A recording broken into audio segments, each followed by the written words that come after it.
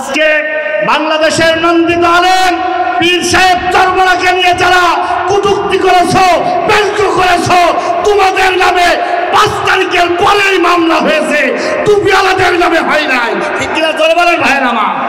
জাত সাহেবের কলেজায় বিষ থাকার কারণে বিনের সুরে সুরে ও নত হয়ে যায়, কিন্তু আপনি সারাটা দিন বিন বাজাবেন, ভোলা সাহেবের কিচ্ছু হবে না। সূর্য ওঠা শুরু হয়ে গেছে, এখন আলো দিচ্ছে।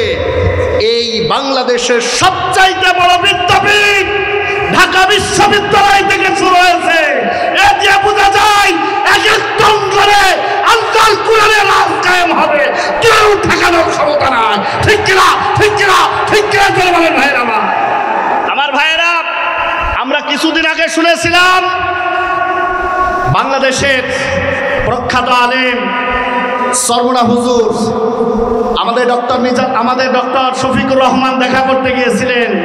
তিনি বলেছিলেন চিন্তা নাই, আগামী জাতীয় নির্বাচনে বাক্স হবে টুপিওয়ালাদের একটা। সুবহানাল্লাহ বলবেন না? আরো জোরে বলেন না আল্লাহু আকবার। দল মত নির্বিশেষে গোটা বাংলার মুসলমানেরা এখন কোরআনের বাক্সের জন্য দাঁড়ায় আছে। সময় যদি আসে আমরা সবাই একসাথে কোরআনের পক্ষে ডাকতে চাই। কারা কারা আছেন দেখি?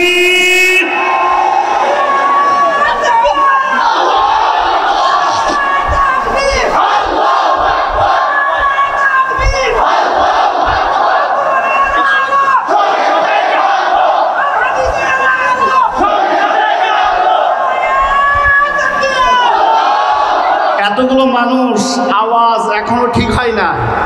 তাতে মনে হচ্ছে বালির ঘাট হাট বাজার দখল করার লোক 2-1টা আছে। এক কথা বলেন না কেন? চিন্তা নাই, আপনারা দখল করেন, আমরাও ইমানি জজবা দিয়ে বিশ্ববিদ্যালয়ের সবচাইতে বড় বড় জায়গাগুলো দখল করব। আর ওরা আছে বালির ঘাট দখল করা, বাজার দখল করা আর টেন্ডারবাজি করার জন্য। ঠিক কিনা করে বলেন? আমরাও দখল করব, কিন্তু আমরা সততা দিয়ে, ইসলাম দিয়ে, কোরআন দিয়ে, নবীজির আদর্শ দিয়ে এক একটা জায়গা জয়লাভ করতে চাই। ঠিক কিনা বলেন? আমি কারোর নাম বলেছি? এই জোরে বলেন। খাটের নিচে কে ছিল? কলা আমি খাইনি। এখন যদি ওইটাই হয় কিচ্ছু করার নাই। কথা বলেন না কেন ভাইরা? আজকে বাংলাদেশের নন্দিত আলেম পীর সাহেব চরমরাকে নিয়ে যারা কটূক্তি করেছো, ব্যঙ্গ করেছো, তোমাদের নামে 5 তারিখের পরেই মামলা হয়েছে, টুপিওয়ালাদের নামে হয় নাই। ঠিক কিনা জোরে বলেন ভাইয়ের আমার। এই জন্য আমরা কোরআনের পক্ষে থাকতে রাজি আছি। জোরে বলেন। 2 হাত উঁচু করে দিয়ে আল্লাহকে দেখায় দেন তো। এই হাত উঁচু করেনি কোনটা দেখেন তো ভাই।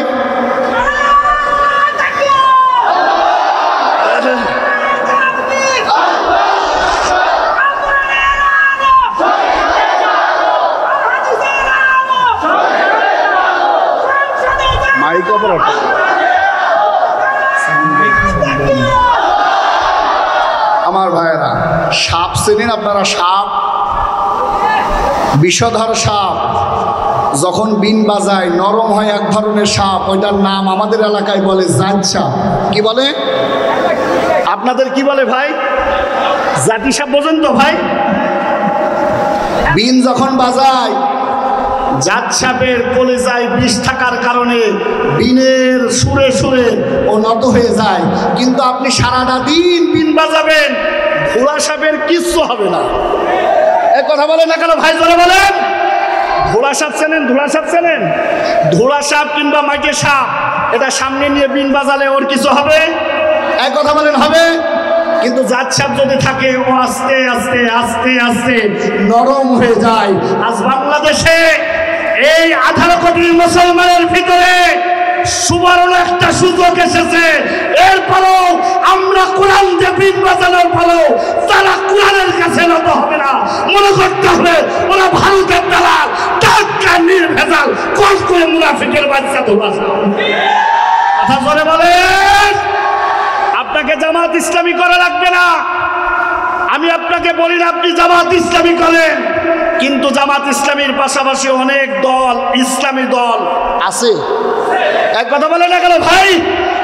এরপরেও যদি মনে হয় আপনি নত হবেন না, আপনার জায়গা আল্লাহ নির্ধারণ করেছে, নাম হলো জাহান্নাম। এক কথা বলেন।